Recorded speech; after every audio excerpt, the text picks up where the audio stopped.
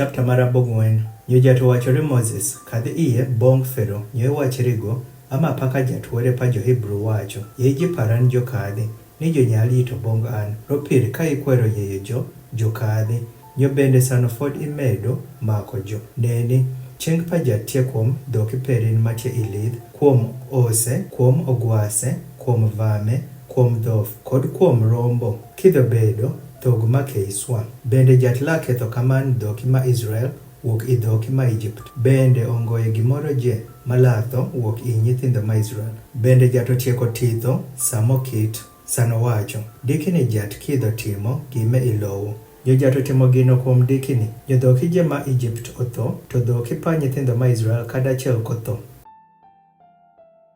Nyofero odhiro, nyoneni, ido ongoye kadachiel wuok i dhoki pa jo Israel motho. Nyochuny pa Fero medo bedo matek, bende go okwero yeyo ji jokadhi. Nyojato wacho bong Moses kod bong Aaron.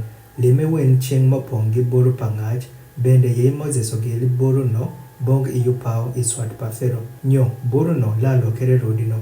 Mathindo ilowo je ma Egypt. Bende lalo kere beng' maturo gi twil kuom nyach kod kuom ogwang' ijilowo je ma Egypt. Jolimo buru wuok i ng'ach bende jochungo i wang' Fero.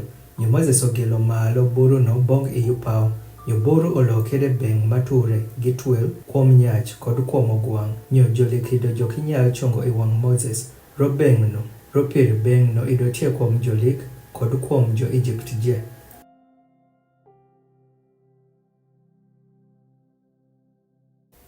Nyo fod jato timo matek chuny pa Fero.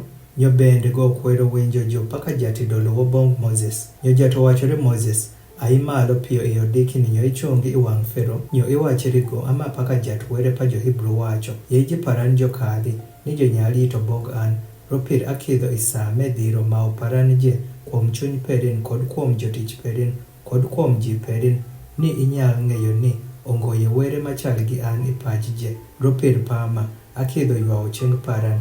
Ni anyal goyo in kod ji perin gi nuok, yo ilang'ado in wuok paj, bende adieri rogime ama atimo in malo, ni anyotho in ron paran, bende ni onyal yewo nyinge paran i ich paj je. Ropir fod ilwalo kuom ji paran, nyo ikwero yeyo jo kadhi. Neni, dikini chegini same, akidho yobo toth make ochweri. Ma fod kochwero i Egypt, wuok itiot mere tundo pama wuon. Nyo dhiri pama, nyo ijoli dhoki perin, kod kis gimoro je maine gine ilith. Ropir, kuom kis nyach kod kuom kis ogwang' monwang' ilith. Ka fod kodoko pecho, toth labi no piny kuom kis gimoro je, nyo je latho. Nyo ji moluoro wach pa jat idie jotich pa Fero. Jo amotimo jotich pa jo, kod dhoki pa jo odoki bong iye i ot. Nyo ji mokwero winjo wach pa jat. Jo amoweyo jotich pa jo kod dhoki pa jo ilith. Nyo jato wacho bong Moses. Ywawe chieng' perin bong iyu pao. Ni toth onyal bedo kuom lowo je ma Egypt.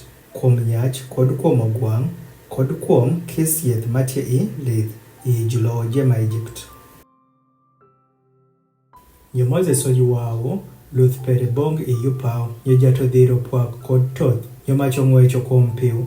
Bende jat ochwero toth kuom lowo ma Egypt. Ameno ido nitie toth kod mach mogurere gi toth. Make iswa, ma fod chango kochwero i lowo je ma Egypt. Wuok i sama Egypt olokere nath. Nyo toth ogoyo i ji lowo je ma Egypt. Kis gimoro je ma idotie i lith, nyach kod ogwang'. Bende toth ogoyo kis yeth matie i lith. Bende oturo kis yath matie i lith. Weyo lowo ma Goshen kende, kama nyithindo ma Israel idjotie iye, koro idongoye toth. Nyo Fero odhiro, bende oluongo Moses kod Aaron, nyo owachore jo, nyaka aniso isame, jat nigi oj, bende an kod ji paran wabedo jokak.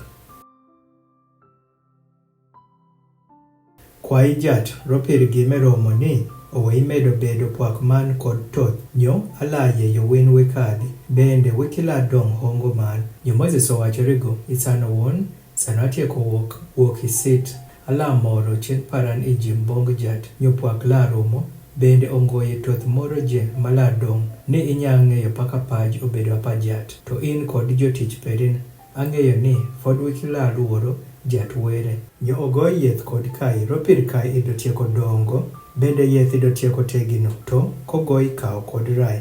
Ropir ido fod kodongo, Nyo Moses okadho wuok Fero, bong iwuoko pasit, nyo bende omoro chieng' pere i jim bong jat, nyo puak kod toth orumo. Bende koth komedo chwero kuom pach.